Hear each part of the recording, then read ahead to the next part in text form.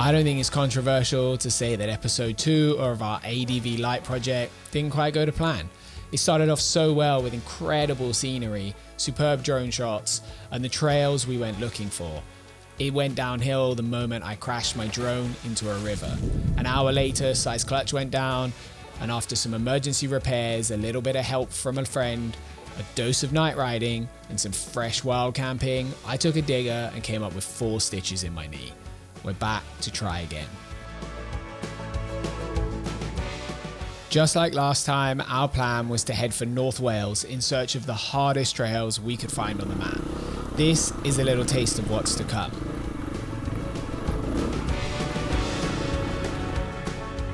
Before we get too far into that, however, let's go back to the start of our story.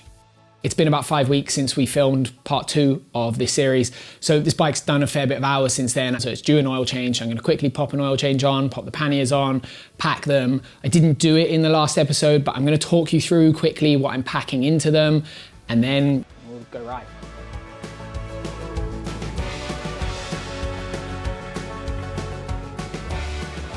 This ride, packing relatively light is a must. This is everything I took bar my small toolkit. First up is a Jetboil flash. I love that I can get my pan, cup, gas and fork in one container. I also opted to try a tiny sleeping bag this time from Solo Trek. It's really small, rated for about 10 degrees C and relatively cheap. Hopefully it's decent. I've got some tiny toiletries as well. My contact lenses, merino base layers, spare socks, fresh pants, a thermarest, and some packable waterproofs to keep the wind away. It's more than enough. I also ditched the tarp for a small tent at the last minute after I'd filmed all this. All of that fits in the 2 Krieger OS panniers pretty nicely, but there isn't room to spare.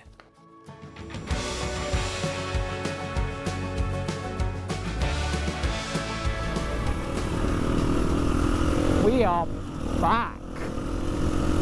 Wales is once again doing a decent job of just not raining on us. Back on our first trail through the mountain bike park of Nanterarian, and a couple of things have changed. So Dad has swapped his bike out for a 450 Sherco. Sadly, Sai couldn't come with us this time, and so it's just the 2 of us. Quite adeptly, I opted to wear waterproof socks this time because last time I didn't, and it was a dumb decision.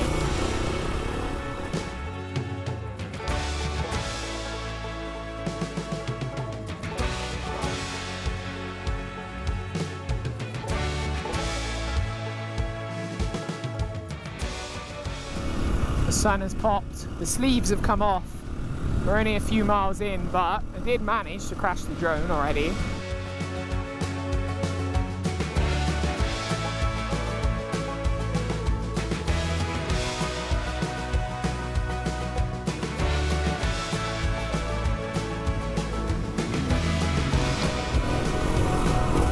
This is easily one of my favourite trails in this area on any bike. It's not difficult, you can ride it on any adventure bike, but, whoop, that one's a bit big. Incredibly playful trail, loads of puddles to wheelie. Without my love for the ocean,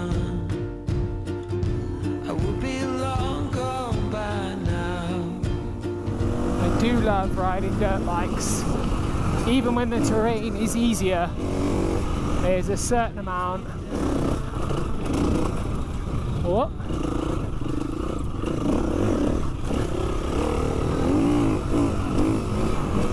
of fun to be had. Bumpy old sketchy grass.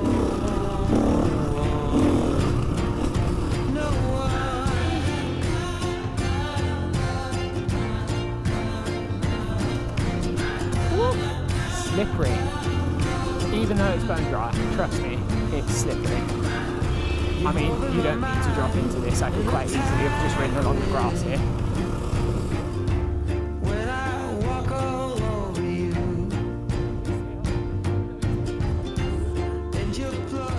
This road is the scene of the great drone crash of the last episode.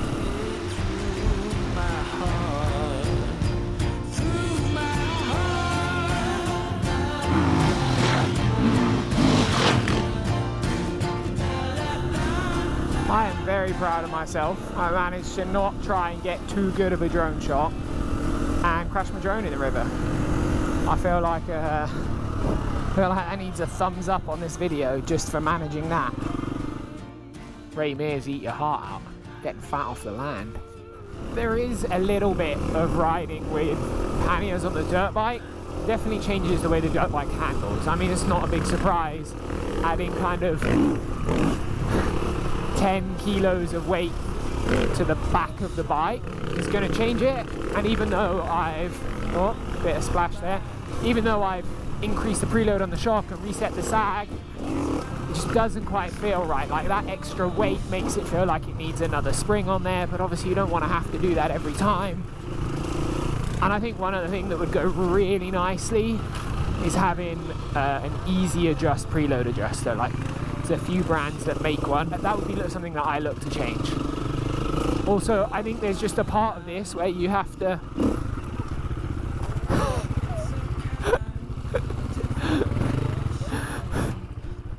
that was funny.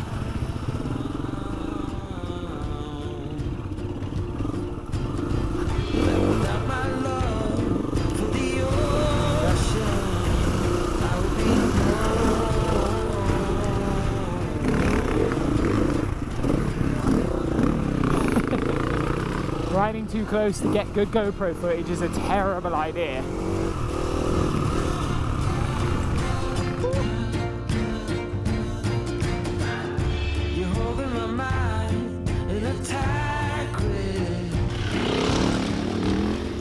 I feel like this part of the world has never ever in human history been dry. Oh God, it was deeper than planned. You go straight through my heart, through my heart.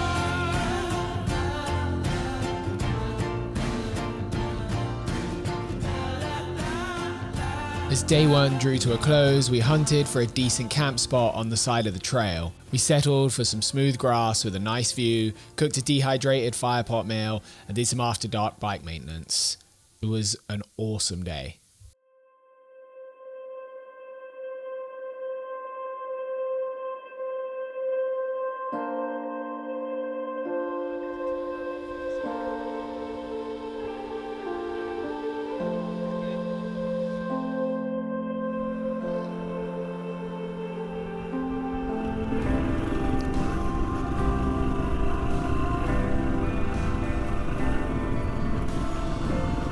So that is easily one of the coldest nights sleep I have had in a very long time.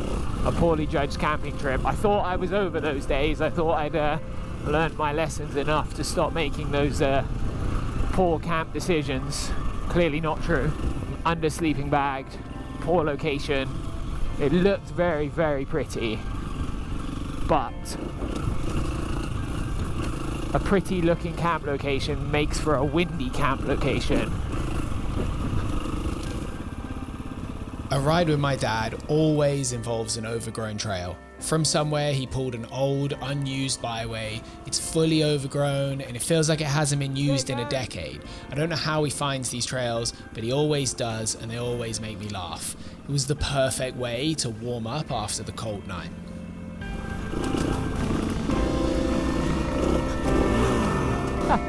That'll be neutral.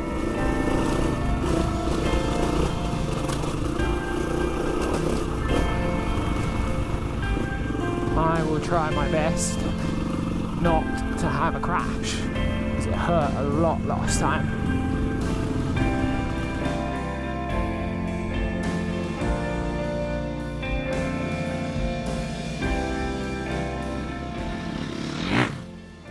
Happy Valley is an iconic link trail across the mountains. Stunningly beautiful, enjoyable, and, well, happy.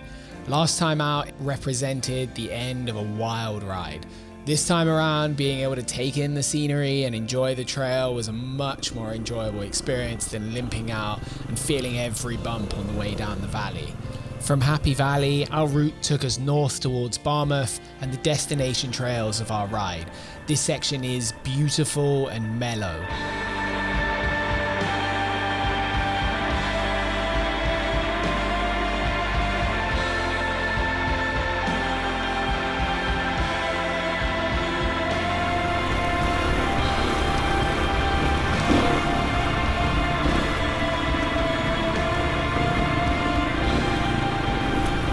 But yeah, it's dark here. My goggle lens hasn't had time to adjust.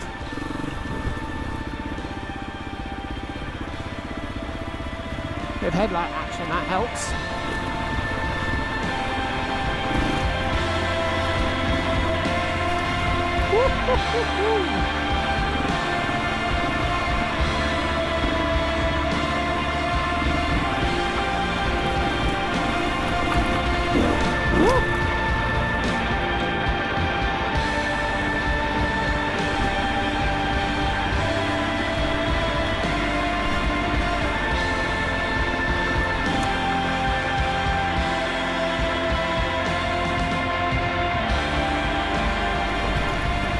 What a treat.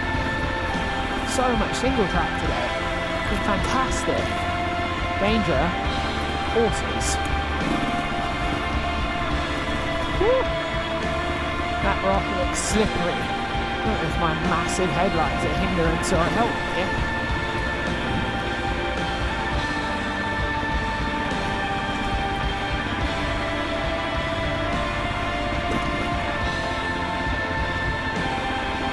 I have chosen the terrible line. That is amazing.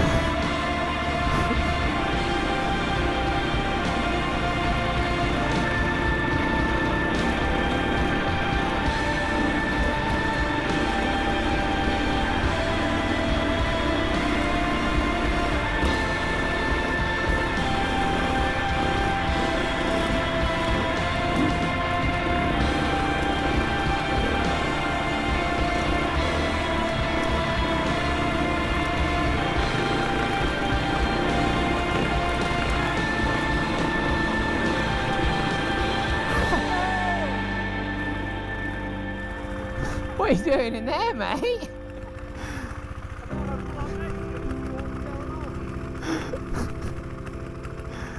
So remember, when you stop, to always put your foot on the high ground. I tried to miss you and there was no room. You don't have to be defensive, we all make mistakes. Come on. Ready? Yeah. 3, 2, 1. Wait. I thought I was putting my foot behind the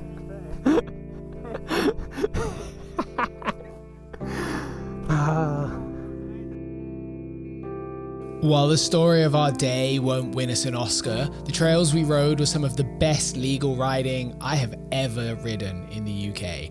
Tough, technical, long, and wrapped in fantastic views make it worth the hard seat of a dirt bike to find.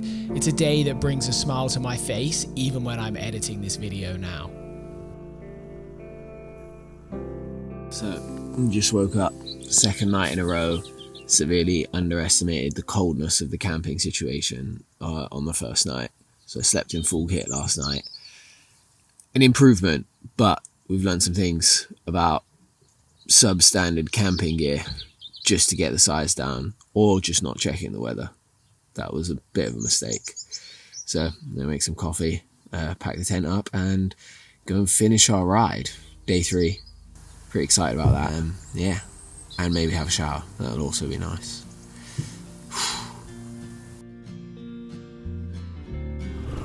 Well, this is a treat. I feel about 100 times better today than I did yesterday.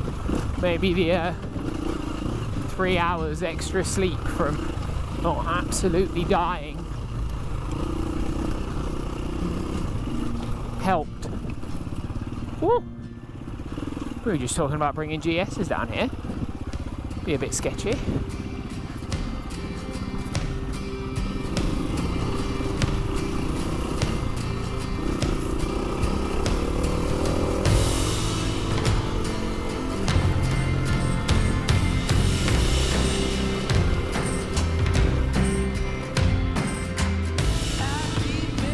So I made a significant change to how I've put the panniers on the bike. I've been really struggling for the last, 2 days with this kind of riding and finding a balance and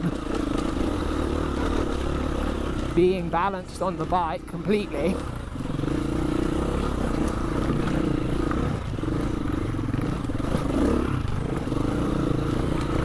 Oh, I ran out of power to talk then. So I've been really struggling to find my balance on the bike. Now I'm out of breath.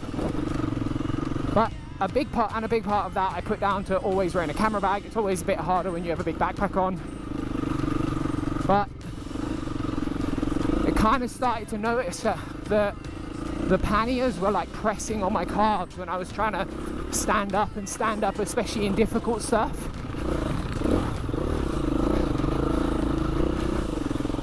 And so I moved them backwards, and yeah, it stopped my knees pushing forwards basically. What a view.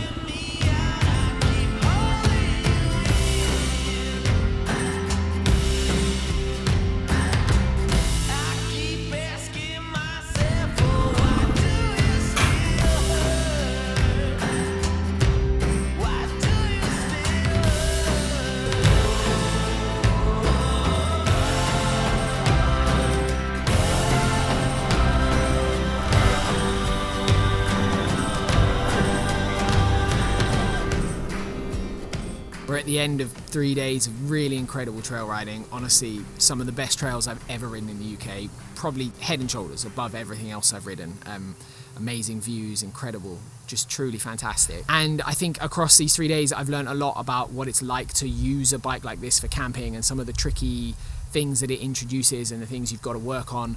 I'm going to do one more episode in this series where we break down everything that there is to know about this bike, from what it's like to ride with the panniers to how to set the bike up well and what all the products do and whether they were good and useful and whether I'd change them or use something different or approach it any differently in the future.